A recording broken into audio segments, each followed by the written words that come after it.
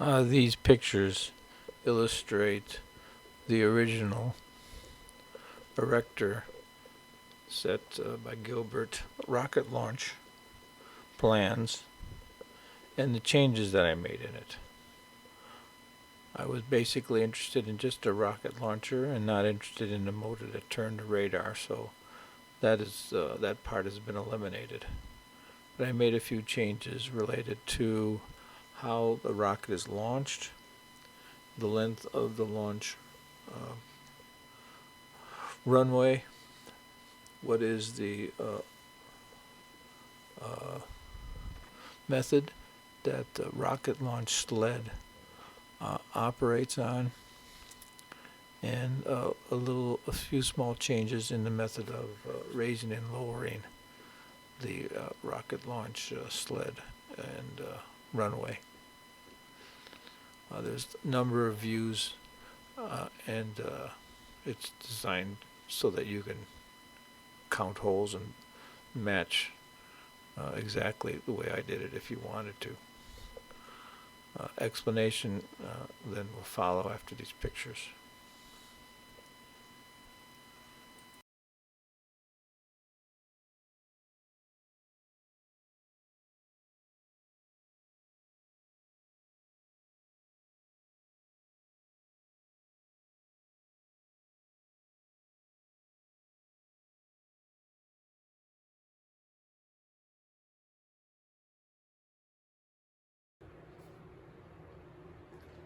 Okay, this is the AC Gilbert Rocket Launcher. I think it was presented as part of a set around 1960.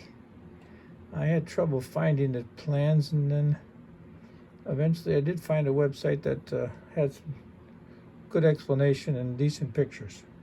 So I made some changes on it. First of all, I got rid of the motor and the radar part in this section where the motor and radar sat. I just wanted a rocket launcher. I also made it longer than the two short pieces that are here. I added another long one instead. That created a bit of a problem because it wanted to get too close together at that location, and then when my rocket launching slide came up, it would slow down at that spot. So I had to counteract that with a expansion joint right here, a device that simply pushes these two bars apart that wanted to come together. And part of that was probably because this reinforcement connection between the two longer ones and the shorter one sagged it in, and it might have been a little bit out of alignment. You know, these things aren't perfectly square. So I got it to slide pretty nicely through there without much trouble. It was stopping over here, especially at the joint. And I also put this piece here also to spread it out at this location. So it was spread at the beginning, spread at the top, but it would sag together or pull together in the middle. So those two additions helped. That made it a little more complicated to use the rubber band for launching, because normally you would just pull it down here, but this is in the way. But it turns out you could actually launch it with the rubber bands in this position instead of pulling them through. It seems to work either way. The rubber bands lose most of their strength by the time it gets to the spot, so it seemed to work. Another change I made was in the support system. I raised it up higher and reinforced it better because I know the kids are going to bump it and play with it, and that works fine. I added a spring to allow it to come down because it tended to get stuck a little bit on the way down. Let me release it here. We'll wind her up. And when it was up high, there was too much force downward as opposed to forward along the track. So it would kind of stick right there. But if you let go of it now, the spring pulls it down nicely. And then near the end, the spring stops helping, which is fine. And I think they had a stop built into their system, but I couldn't exactly see it clearly. So I just added this little stop against the gear, which holds it in place. Works pretty effectively. You just got to remember to unstop it when you wind the tower, the launch pad up or down. Another change is I added a little more strength right here. This is kind of wobbly, and again, the kids are going to be playing with it, so I was afraid I was going to get it all knocked out of kilter. Then the launching mechanism, I never did exactly figure out how their launching mechanism worked. I know their rocket comes with a hook on the bottom, and I'm not using their rocket. Instead, I'm using a styrofoam rocket, much safer, and no hook, and it just sits right here like this and rests and tracks along there pretty effectively. So it was simple, but I needed something to push it. So I used 2 short girders sandwiched together. You can see there's another short girder underneath. Nope, no, I'm sorry. There's no short girder underneath.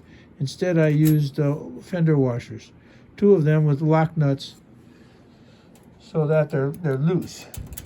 See, but they still stay in place. You got to be careful about this because these fender washers are pretty good size, and you have to make sure there's no clearance problems as the fender washer comes up and down. Okay, so the lock nuts work really well there, and it stays in place and falls down nicely. And I used 2 of these red, I don't know what these brackets are called, but I used 2 of those, just like this one, but upside down. And then I used a large screw between them to provide some kind of grabbing surface. But they had a lot of sharp points all around, so I just coated it with tape. And now the kids can pull it back and they don't have to worry about cutting themselves or hurting themselves. So that was it. That was a difference. And in order to hook the rubber band to this, I simply ran a screw bolt down here with a locking nut at the top, and I want it on this side too. It's locked, so it's loose, but it's still very secure. I think that's the main changes from the original. I guess there's one other.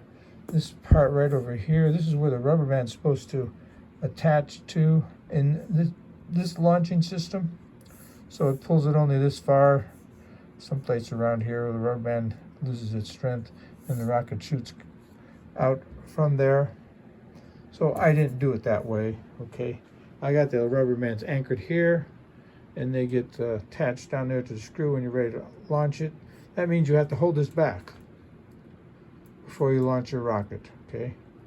There's no release mechanism to launch it, and I think there's supposed to be some kind of release mechanism here to launch the rocket, but I wasn't able to quite figure that out.